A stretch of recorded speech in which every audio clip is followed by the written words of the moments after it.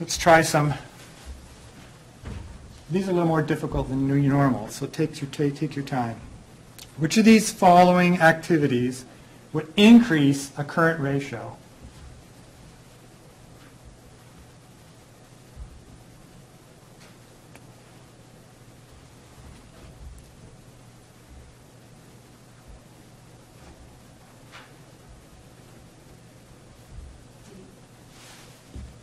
That's right. Accounts receivable are a current asset. They're in the numerator, so if those go up, the current ratio will go up. Which of the following would represent an improvement? Other things, all other things constant.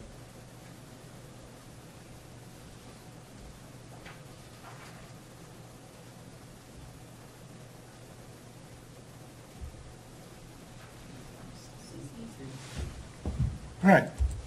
Operating margin is a good thing. The operating margin is operating income over operating revenue. So if your income from operations goes up, that tells you you're earning more per operating dollar than you used to. Cash flow coverage ratio is a variation on times interest earned. It's a profitability ratio as well. It's kind of a mixture of two. And finally, which of the following will make the organization financially stronger?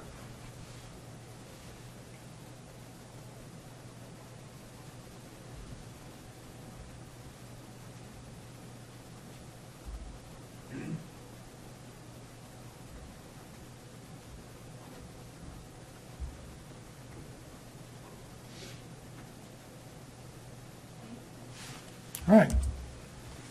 Earnings. More earnings is good. More accounts receivable doesn't help you. More accounts payable doesn't help you.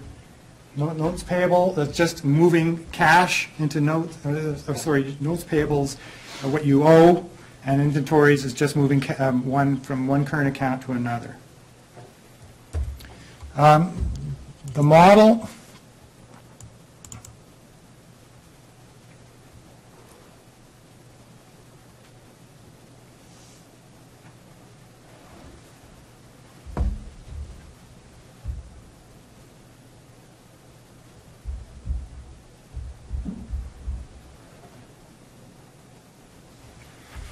It's got all the data in the textbook are in the spreadsheet, so all the numbers that I just showed you are in the spreadsheet, and all the indicator values are calculated actually in the spreadsheet. So it's a really handy-dandy way of saving a lot of data calculations.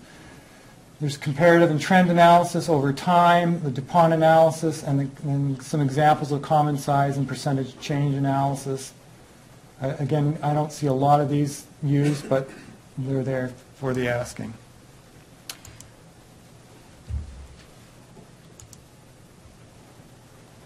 So take a look at this. Okay, this is HFMA, Key Hospital Financial Statistics from 2012. There's a variety of financial ratios there. Average length of stay, occupancy rate, operating margin, excess margin, I can't remember what that is, but I guess it's like a total margin. Debt services coverage, current ratio, days cash on hand, accounts receivable, average payment period, average age of client, so on. What do you notice? Just look at those numbers for a minute. And what do you notice? Tell me some things that just thoughts at random when you look at those. They all vary. That's the first thing I notice. And they vary quite substantially in some things, don't they? So why do you think that is? What are some possible reasons for the fact that these numbers vary a lot? Sample size. Look at the differences. 251 in Fitch, 650 for Premier, HFMA MAP 244. So there's very different sample sizes.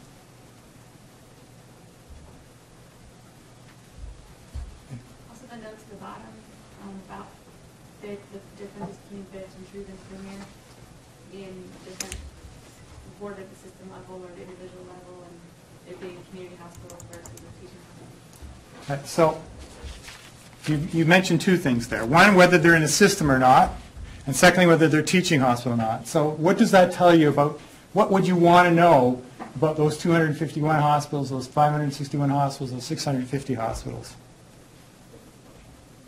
Yeah, you want to know, are these folks like me or are they not like me? Who's in those, who's in that sample? What kinds of organizations are in that sample?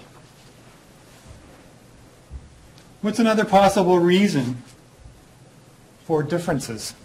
Can anyone think?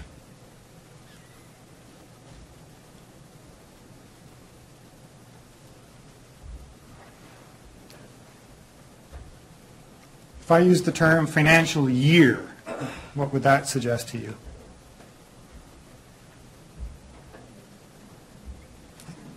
Yeah, different organizations have got different fiscal years. Some go January to December, some go October 1st to September 30th, like the federal fiscal year. Some go July to June. So timing could be another reason.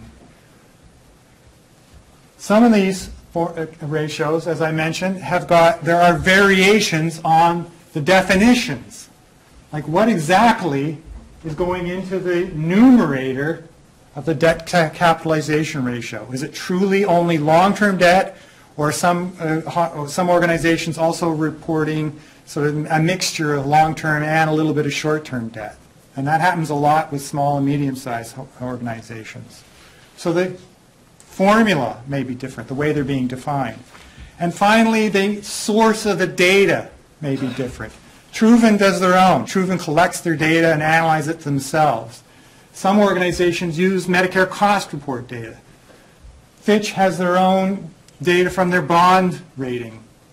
So those are three very different sources of data, and you may get three different ratios out of that.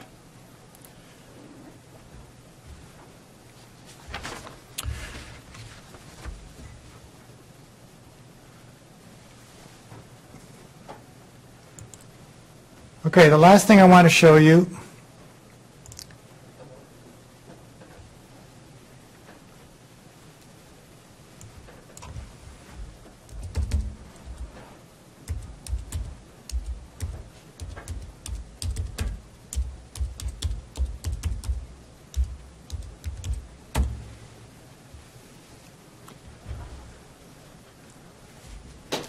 when you graduate in a few months, you will become alumni.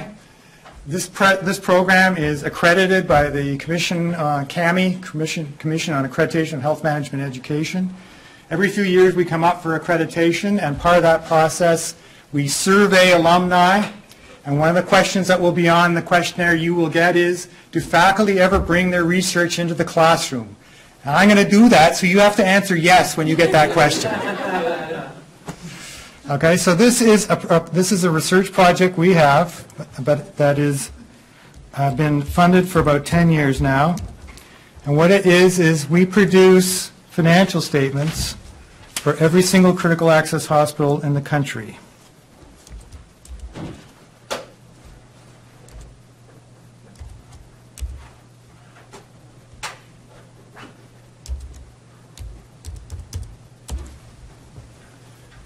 So, is anyone here from a small town? They'd like to see how their hospital's doing? Anywhere in the country, Alaska, Hawaii, you name it, we can go there. Sorry? South Jordan, Utah. Okay, you.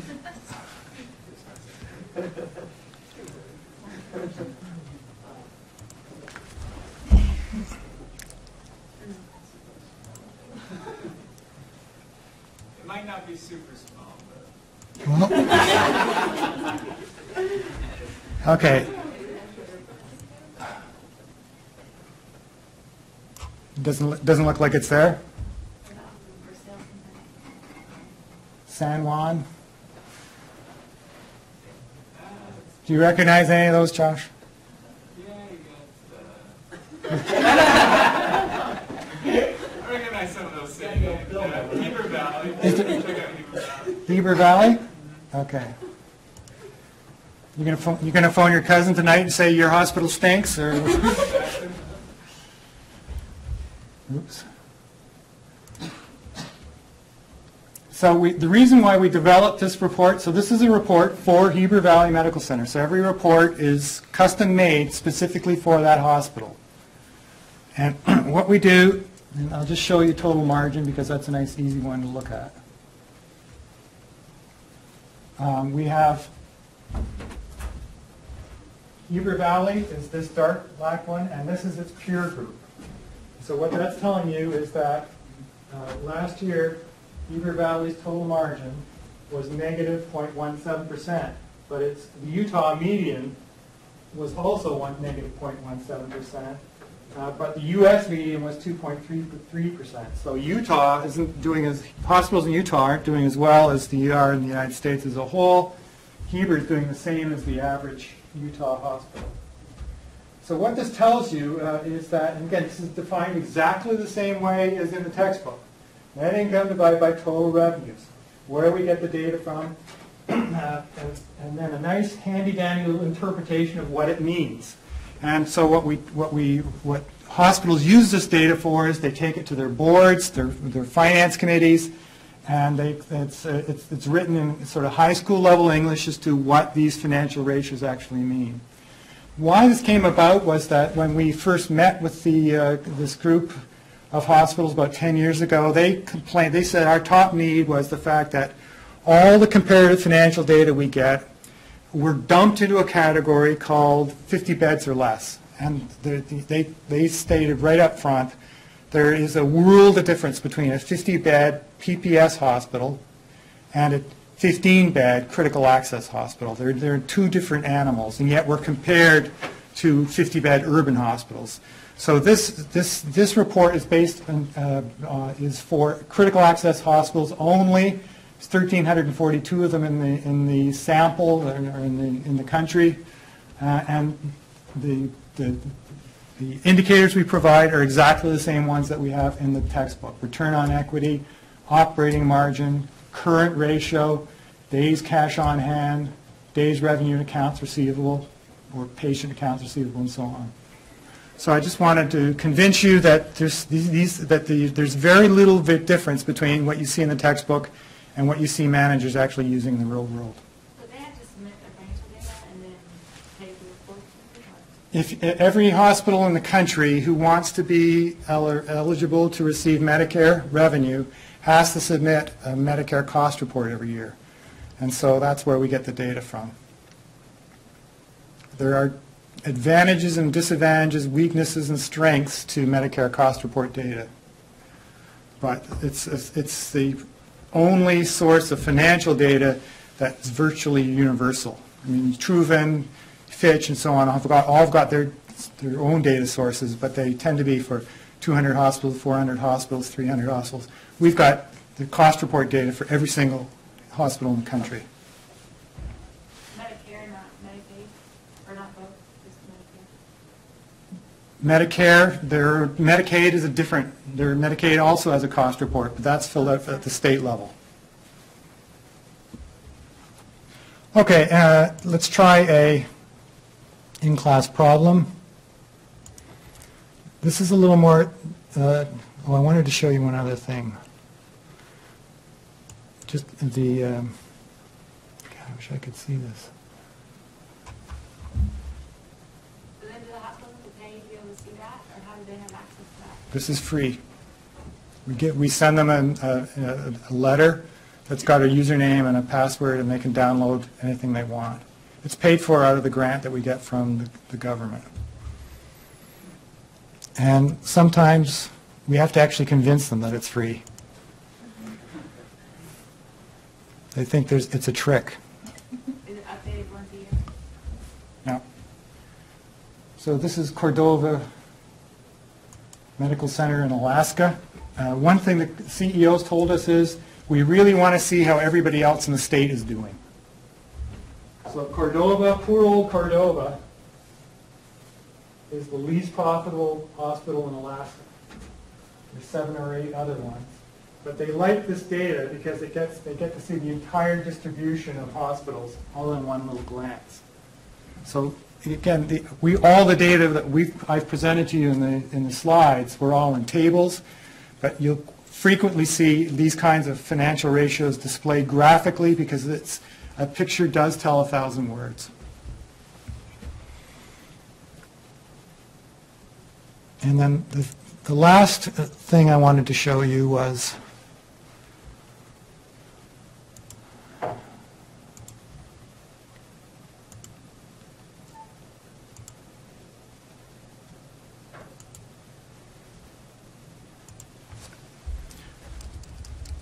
this report that we, hold on. This one hasn't got it. I think I'll cut it off there. It's 10 after 3.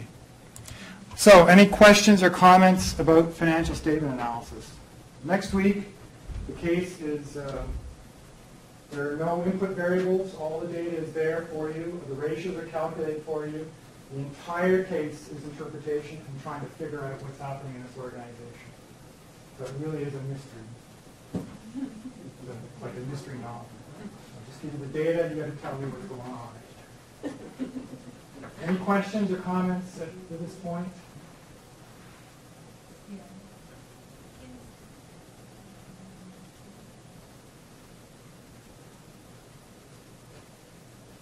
Hearing none, let's take a break.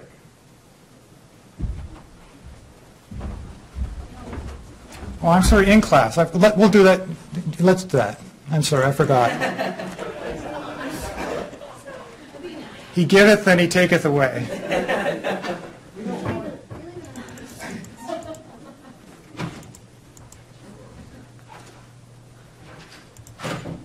So you might want to do this in your teams. It might be a little more difficult than normal. So if you want to work in your teams, feel free.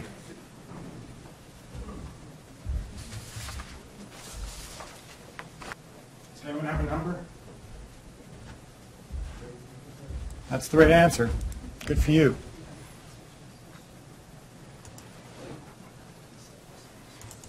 So again, you can use all of these ratios to calculate other things. We know the total asset turnover ratio is total revenues divided by total assets. So you can switch that around to say total assets is total revenues divided by the turnover ratio. And we can use that to calculate total assets being $4 million. Return on equity is net income divided by total equity, or switching it around, total equity is net income divided by the return. So it's the $400,000 divided by 0.15 gives us equity of $2.666 million. So we know that from the balance sheet equation, that debt is equal to total assets minus total equity. So we know now that there's $1.3 million worth of debt. So the 1.33 over the 4 million is 33% debt. That's the debt ratio, the amount of assets that are financed by debt. That debt equals total assets minus total equity. Is that just the assets plus liabilities equal equity? Is that the formula? Yeah. But then wouldn't that be assets or liabilities equal equity minus assets? Sorry? Wouldn't it be what? I mean, I don't know if I'm doing it wrong, but wouldn't it be, if you're trying to find your debt, wouldn't it be liabilities equals equity minus assets? Equity equals liabilities minus assets? Because it's assets plus liabilities equals equity. Right. Assets minus. Total assets equals total equity plus total debt. Okay. Okay, okay. You mean assets and liabilities have to balance. Okay. Okay, got it. Okay, now we can take a break. Thank you.